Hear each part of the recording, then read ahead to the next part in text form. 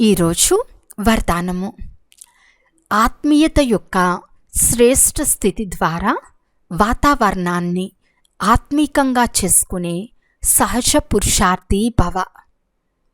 ఆత్మిక స్థితి ద్వారా మీ సేవా కేంద్రాన్ని ఎటువంటి ఆత్మిక వాతావరణం గలదిగా చేయాలి అంటే దాని ద్వారా స్వయం యొక్క మరియు వచ్చేటటువంటి ఆత్మల యొక్క ఉన్నతి సహజంగా జరగాలి.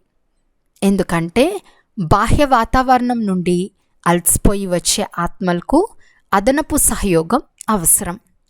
అందువలన వారికి ఆత్మిక వాయుమండలం యొక్క సహయోగం ఇవ్వండి. సహజ పురుషార్థులుగా అవ్వండి మరియు ఇతరులను తయారు చేయండి. వచ్చే ప్రతి ఆత్మ ఈ స్థానం సులభంగా ఉన్నతిని ప్రాప్తి చేయించేది అని అనుభవం చేయాలి.